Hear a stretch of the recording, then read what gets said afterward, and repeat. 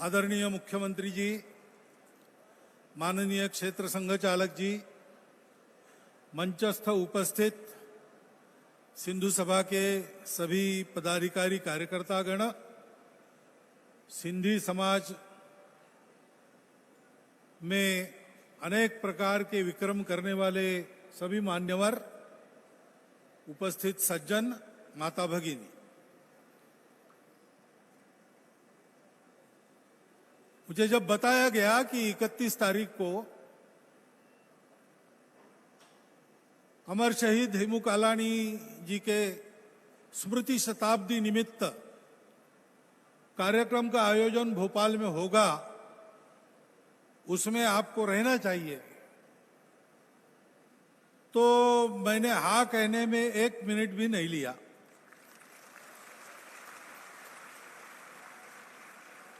क्योंकि एक तो अपने देश के लिए प्राणार्पण करने वाले युवक का स्मरण है,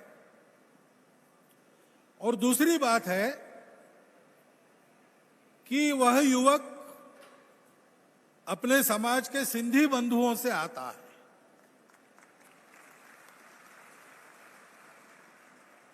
क्योंकि अपने देश के नाम से सिंध का संबंध है,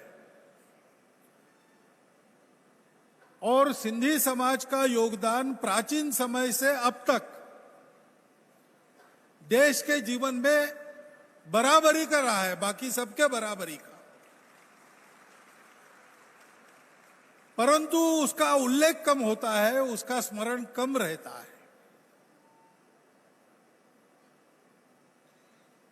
और उसका स्मरण कभी कभी लगता है कि अपने सिंधी समाज के नई पीढ़ी में भी कम हो रहा है।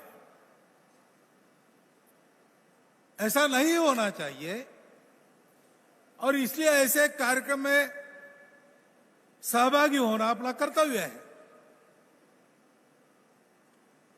भारत की स्वतंत्रता का 75वां वर्ष चल रहा है। भारत के हित में प्राणार्पण करने वाले सभी शहीदों का हम स्मरण करते हैं। उन्होंने अपने प्राण अर्पण किए, तरुण आयु में ही अनेक लोग चले गए। दुख तो होता ही है। अभी इंदौर की घटना का उल्लेख हुआ, सबको दुख है। कल मैं गंगा तट पर था जिस समय ये वार्ता सुनी, मैंने मन ही मन उनके नाम से गंगा जी को नमस्कार किया। श्रद्धांजलि के क्या विधि होते मैं नहीं जानता, लेकिन मन ही मन मैंने अपनी श्रद्धांजलि अर्पण की, और आज यहां भी हमने सबने उनका स्मरण किया। अपने से बिछुड़ने का दुख सबका होता है, सबको होता है, लेकिन विधि विधान के सामने किसी की कुछ चलती नहीं।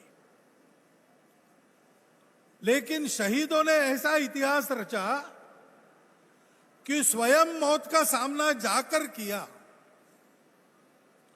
वो जानते थे, शहीद हेमू कालानी जानते थे जो कर रहे उसके परिणाम क्या होंगे अगर पकड़े गए तो। रेल की पटरी उखाड़ने गए, क्योंकि सिंध होके बलूचिस्तान उस गाड़ी से शस्त्रास्त्र सैनिकों के लिए जा रहे थे, वहां के स्वतंत्रता आंदोलन को दबाने के लिए। वहां वो संहार न हो, इसलिए उस गाड़ी को ही डिरेल कर देना, ऐसा हो गए थे। 3 लोग थे, 2 लोग पलायन करने में यशस्वी हो गए, ये पकड़े गए। 19 साल की आयु थी, उनको उम्र कैद की सजा हुई थी। लेकिन जब उस इलाके के मिलिट्री एडमिनिस्ट्रेटर के पास ये केस गया, तो उसने अपने अधिकार में न्याय से जो उम्र कैद मिली थी उसको मौत में बदल दिया।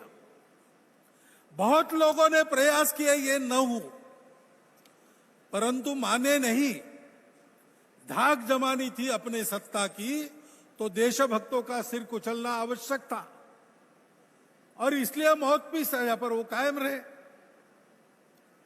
इधर हेमू कालानी जी को बहुत लोगों ने कहा कि साथियों के नाम बता दो तो हम तुमको छोड़ देंगे, हम तुम्हारी सजा में कम करेंगे। वो अड़े रहे। मौत के सामने भी उनका निश्चय नहीं डिगा और अपने तरुण आयु में अपने जीवन की सार्थकता देश के लिए बलिदान होने में है, ऐसा मानकर उन्होंने अपना प्राणार्पण किया। तरुण आयु में उनके जाने का दुख तो होता है, उस समय भी हुआ था, स्तब्ध रह गए थे लोग। परिवार के लोगों के शोक का तो क्या वर्णन करे, लेकिन संपूर्ण उत्तर के उस इलाके में एक शोक की लहर मुंबई रेसिडेंसी से लेकर तो आगे तक दौड़ गई थी। निषेध हुआ था सरकार का। आज भी ये सुनते हैं तो एक कोना मन में कहता है कि 19 साल की आयु में एक खिलती हुई कली, उसका जीवन, वहां भी दुख होता है, लेकिन वहां से प्रेरणा भी मिलती है। हम लोगों को जीवन की राह बताकर उन्होंने अपना जीवन दे दिया। स्वतंत्रता, स्वतंत्रता,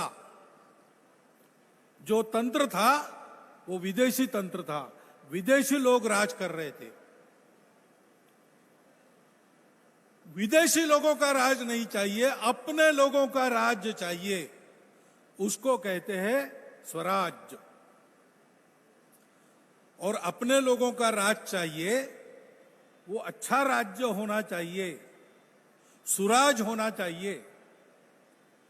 इसलिए उस राज्य में इन शहीदों जैसा ही समर्पण रखने वाले, प्रामाणिकता रखने वाले, अपने देश बांधवों के दुख के प्रति संवेदना रखने वाले ऐसे लोग होने चाहिए। वैसे ही जो तंत्र चलता है, उसकी जो दिशा है, उसके पीछे जो विचार है, वो हमारे अपने लोगों के प्रकृति संस्कृति से मेल खाने वाला होना चाहिए। ये इच्छा रखकर उन्होंने अपने प्राण दिए, इस विश्वास के साथ कि हम तो चले जाएंगे, लेकिन हमारे जाने से और 5 कदम स्वतंत्रता नजदीक आएगी। करते करते एक दिन मिल जाएगी। हम रहेंगे नहीं, लेकिन भारत रहेगा।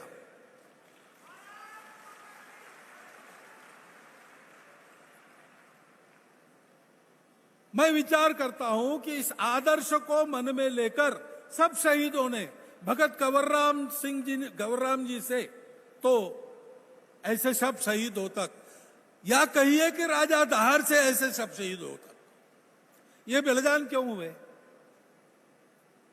अपने स्व को बचाने के लिए हुए। और जब ये बारी आई हमारे दुर्भाग्य से कि आप या तो भारत रहो, सनातन परंपरा में रहो, भाषा भूषा भजन भवन भ्रमण भोजन सब में अपने प्रांतीय भारतीय वैशिष्टों का जतन करके रहो, तो यहां से चले जाओ, यहां नहीं रह सकते। यहां तो अब हम कहेंगे वैसा चलेगा। 2 में से एक चुनने की बारी आई तो आप लोग पराक्रमी लोग हो, आपने भारत को नहीं छोड़ा। आप भारत से भारत में आए। जब आप वहां थे तब वहां भारत था।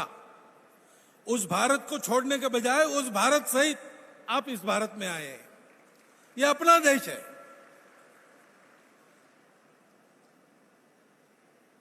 अब एक ही बात है, हमने उस जमीन को शारीरिक दृष्टि से छोड़ दिया, लेकिन 1947 के पहले वो क्या था, ऐसा दुनिया में कोई पूछेगा तो बताना पड़ेगा कि वो भारत था। जब दूसरा कुछ नहीं था, सारी दुनिया में सनातन का प्रभाव था, उस समय वहां क्या था? वही भारत था। सिंधु संस्कृति थी, वेदों के उच्चारण होते थे, भारतीय संस्कृति के त्याग के मूल्यों पर चलने वाला जीवन चलता था। हमको भारत को बसाना है। भारत खंडित हो गया, तो खंडित शरीर तो रह नहीं सकता ना, जोड़ना पड़ता है। तो हमने उस भारत को अपने पैरों तले से छोड़ दिया, इधर चले आए। लेकिन ये कोई आवश्यक नहीं है कि हम मन से उसको छोड़े।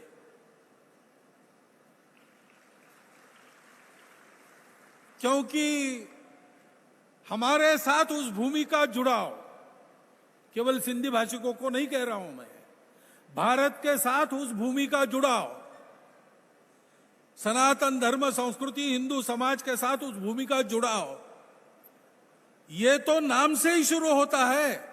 हिंदू क्यों कहा जाता है, हिंदुस्तान क्यों कहा जाता है, उसका कारण सिंधु नदी है, सिंधु नदी का प्रदेश है। हम कैसे भूल सकते हैं भाई? हम अगर अपने आप को भारत कहे तो सिंधु सभ्यता को नहीं भूल सकते। वहां से अभी के इतिहास को वहां तक का तो मालूम है पक्का, हम तो उसके भी पहले जाते हैं। तो हमारे महाभारत में, हमारे रामायण में वहां के उल्लेख मिलते हैं, वहां के राजा, वहां की प्रजा, सबका वर्णन मिलता है। सिंधु नदी के सूक्त वेदों में है, यहां प्रदर्शनी में है पूरा सिंधु सूक्त। उसको हम कैसे भूल सकते हैं? ये नाता हम कैसे तोड़ सकते हैं? हम उसको नहीं भूलेंगे, हम उस सिंधु को नहीं भूलेंगे, हम उस सिंध प्रदेश को नहीं भूलेंगे। हम अपनी भाषा, अपनी भूषा, अपना भजन, अपना भोजन, अपना भवन कैसा था, कैसे रहते थे, और अपना भ्रमण कहां कहां जाते थे, किन तीर्थों की यात्रा करते थे, भूलेंगे नहीं। क्योंकि ये विभाजन कृत्रिम है, ये तो पक्की बात है, इसके लिए कोई विवाद नहीं चल सकता, क्योंकि वो इतिहास में है। एक व्यक्ति को लाया गया सीमांकन करने के लिए, वो जानता नहीं था और उसके पास केवल 3 महीने थे। तो पूरा करके काम जाते समय उसने कहा कि देखो मैं इसका एक्सपर्ट नहीं हूं, मैं जानता नहीं हूं कैसा करना, मेरे पास समय भी नहीं था, जो मैंने किया है वो क्या किया है मैं भी नहीं जानता। ऐसा ये विभाजन है और कृत्रिम है। उस समय योगी अरविंद ने कहा था कि इसको जाना पड़ेगा। आज जिसको हम पाकिस्तान कहते हैं उसके लोग कह रहे हैं कि वो गलती हो गई, ये गलती हो गई, सब कह रहे हैं, सब मानते हैं। आप देखिए, जो अपनी हठधर्मिता के कारण भारत से अलग हो गए, अपनी संस्कृति से अलग हुए, पूर्वजों का नाता तोड़ के उनको भुला दिया गया, ऐसे जीवन में जिन्होंने प्रवेश किया और जो भारत से अलग हो गए, क्या वो अलग हो गए उससे अभी इस क्षण तक सुख में है?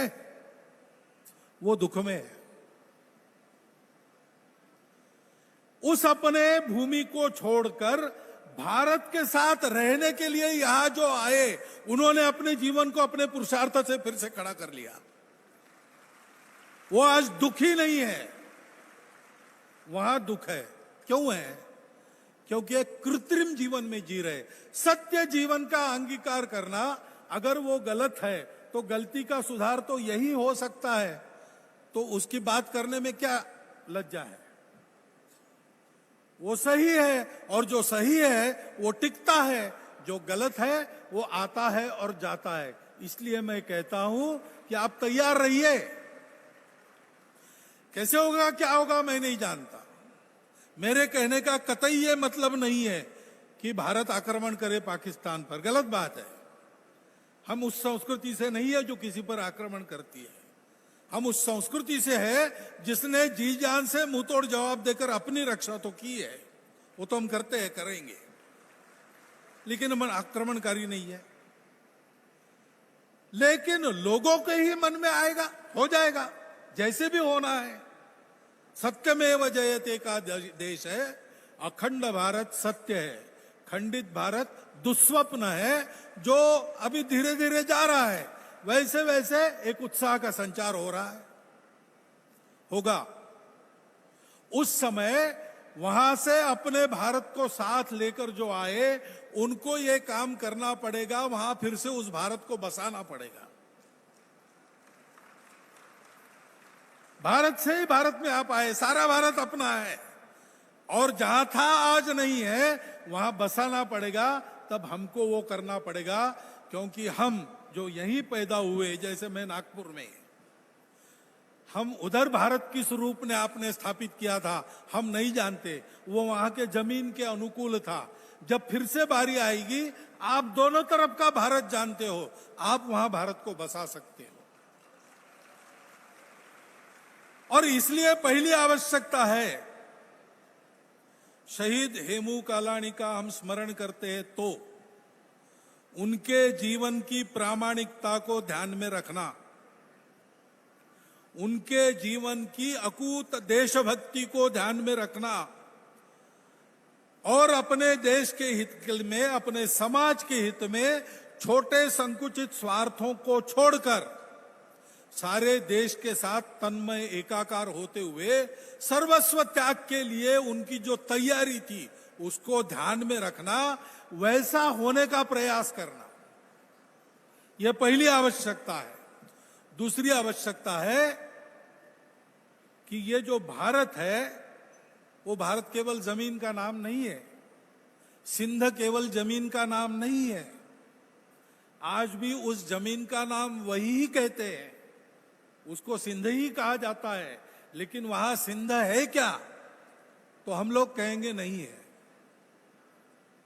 सिंध का एक स्वभाव है, सिंध की एक परंपरा है, सिंध का एक इतिहास है, सिंध की उस इतिहास को कहने की एक भाषा है, अपने संस्कृति को प्रकट करने के कुछ रीति रिवाज है, वो सारा कायम रखना, उसको नहीं भूलना। अपने घर में अपना भजन चले, अपने घर में अपना पूजन चले, अपने घर में अपनी सनातन परंपरा का गौरव बना रहे, उसकी जानकारी रहे, उसका आचरण चलता रहे। जमीन से उखड़ गई इसलिए कोई भी आके इधर से उधर ले जाए, ऐसे नहीं चलेगा। हम अपनी खुदी को बनाए रखें। इसके लिए विशेषकर जो उस समय थे और इधर आए, उनको तो सब पता है, उनको बताने की जरूरत नहीं है। लेकिन जो इधर आने के बाद यहां पर जिनका जन्म हुआ, वो उस लगाव को नहीं जानते, उस लगाव को तोड़ने पड़ने का दुख नहीं जानते। उनको यह समझाना पड़ेगा। उनको दर्द से आहत करने की जरूरत नहीं, लेकिन उनको उस अपनत्व से भरना पड़ेगा, उनका लगाव वहां होना पड़ेगा। वो भूल न जाए हम कौन थे, कौन है, कौन बनना है हमको। और इसलिए सारे समाज के साथ कदम से कदम बढ़ाना, ये ध्यान रखना। अनेक भाषा, अनेक देवी देवता, अनेक पंथ संप्रदाय, खान पान, रीति रिवाजों को सदियों से जोड़कर एक समाज, एक देश के नाते चलाने वाली अपनी सनातन परंपरा, वो हम सब के लिए है। इसलिए उस पर लांछन लगाना और हमको एक दूसरे से अलग करके आपस में लड़ाना, ऐसा करने वाले लोग हैं, उनसे बचना है। तो अपनी मेमोरी, अपना स्मरण, ये पहला उपाय है। दूसरा है, जब ऐसा कुछ होता है तो संभालना। लोगों को झगड़े में उकसाना, इसमें तोड़ने वाले शक्तियों की विजय है। उकसावा कितना भी बड़ा हो, हम अपनों की पहचान करते हैं और शांति से संभालने का काम करते हैं, तो ऐसे कुटिल षड्यंत्र असफल होते हैं। हमको उनको असफल करना है, उनके चंगुल में फंस के उनकी चाल नहीं चलना है, उनका खेल नहीं खेलना है। ये ध्यान में रखना। हम सिंधु है, इसका मतलब हम हिंदू है, हम पूरा हिंदुस्तान है, इस समाज के अंग है, इस समाज के साथ कदम से कदम मिलाकर चलेंगे। और इसमें ये सब लोग हैं, ये हमको ध्यान में रखना पड़ेगा। इस स्व के लिए हेमू कालानी शहीद हुए थे। केवल यहां से अंग्रेज जाए और अपने लोग कुर्सी पर बैठे, इतनी छोटी बात नहीं थी। वो तो प्रांतीय सरकारों में बैठना शुरू हो गया था। काउंसिल पर भारत के लोग चुनकर उस समय भी जाते थे। परंतु स्व का मतलब होता है इस स्व के आधार पर जो विविधता में एकता के आविष्कार को देखता है और उस एकता के लिए सब कुछ सहन करता है, सर्वतोपरि संघर्ष करता है, विजय उसके लिए होता है और कभी छोड़ना पड़े तो उसके लिए छोड़ता है। वो जो हमारा सनातन संस्कृति की परंपरा का प्रवाह है, उसके लिए, उस स्व के लिए ये हमारे सारे शहीदों ने बलिदान किया है। उनके अधूरे स्वप्नों को साकार करने का अपना काम है। और आज तो समय ऐसा है कि सारी दुनिया को ये विचार चाहिए। इस विचार के आधार पर अपने अपने देश को खड़ा करना सब लोग चाह रहे हैं। ऐसे समय में अपने देश के हमारे सहित सब लोगों ने उसका एक प्रतिमान दुनिया को देना चाहिए। स्व का सच्चा अर्थ ऐसा है। डॉक्टर हेडगेवार ने 1920 में नागपुर में महात्मा गांधी जी की अध्यक्षता में कांग्रेस हुई थी। उसके व्यवस्था प्रमुख डॉक्टर हेडगेवार थे, सह व्यवस्था प्रमुख थे, और उन्होंने एक प्रस्ताव दिया था। उस प्रस्ताव में क्या विजन था? वो विजन ऐसा था कि संपूर्ण स्वातंत्र्य, इसको कांग्रेस अपना ध्येय घोषित करे और ये भी करे उसमें कि स्वतंत्र भारत बड़े पूंजीवादी देशों के चंगुल से संपूर्ण दुनिया के देशों के मुक्ति के प्रयासों में सहभागी होगा। भारत के लिए सोचने वाले, भारत के स्व के लिए सोचने वाले हर व्यक्ति के मन में पीछे ही विचार था, भारत को स्व पर खड़ा होकर बड़ा क्यों होना है, संपूर्ण दुनिया को कल्याण का मार्ग दिखाना है। इतना बड़ा ध्येय लेकर उसके पहले पायदान पर हम कदम रख सके, इसलिए ऐसे नवयुवक फांसी गए, शहीद हो गए, कितने लोगों के परिवार बर्बाद हुए, कितने ने आजीवन जेल काटी। उसकी कदर कैसे करना है? उनका स्मरण तो करना ही है, उनके गुणों का अनुकरण करना है, परंतु हम भारत को ऐसा देश बनाएंगे, भारत के समाज को ऐसा समाज बनाएंगे जो इस स्व को अपने जीवन के सब क्षेत्रों में उजागर करेगा और इस प्रकार की एक बात दुनिया के सामने रखेगा। देखो, इस प्रकार से किया जा सकता है। आप भी इस मूल तत्व को लो और अपने प्रकृति के अनुसार अपनी देश की रचना करो। ऐसा हम कह सके, ऐसा विश्व गुरु भारत गढ़ना है। और चूंकि आदिकाल से, ठीक है, ये सुन लीजिए, आदिकाल से इस देश के प्रगति के प्रथम कदम से उसमें सिंधु और सिंध का सहभाग रहा है। आज भी वो आप लोगों की ओर से होना पड़ेगा। आपकी समस्या क्या है? आपने बताई।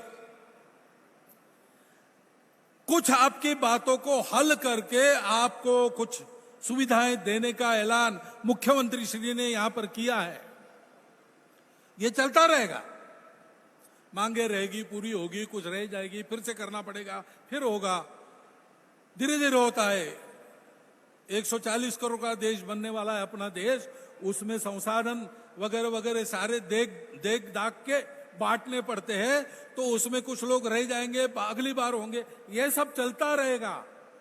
लेकिन ये चले न चले, एक बात चलती रहनी चाहिए, संपूर्ण दुनिया को सुख शांति देने वाला भारत चलते रहना चाहिए। उस भारत के आदिकाल से उसके इतिहास में सिंधु प्रदेश और वहां के रहवासियों का कर्तृत्व है। वो जब तक बरकरार रहता है तब तक आप मान लीजिए कि सिंध, सिंधु और सिंधी रहेगा, बढ़ेगा, चमकेगा।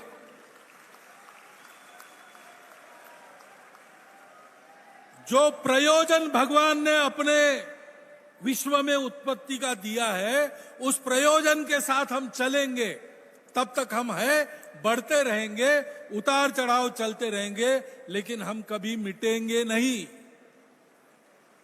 हमारी हस्ती कभी मिटती नहीं। उसका ये कारण है, हम अपने स्वार्थों के साथ नहीं रहते, हम अपने अहंकार के साथ नहीं रहते, हम इस विश्व के सारे नाटक में हमारा कहां प्रयोजन है, उस प्रयोजन के साथ चलते हैं। मेरा सारे संत चरणों में नम्र निवेदन है कि सारे सिंधी समाज को, विशेषकर नई पीढ़ी को, उसका भान हो, उस प्रयोजन को वो छोड़े नहीं।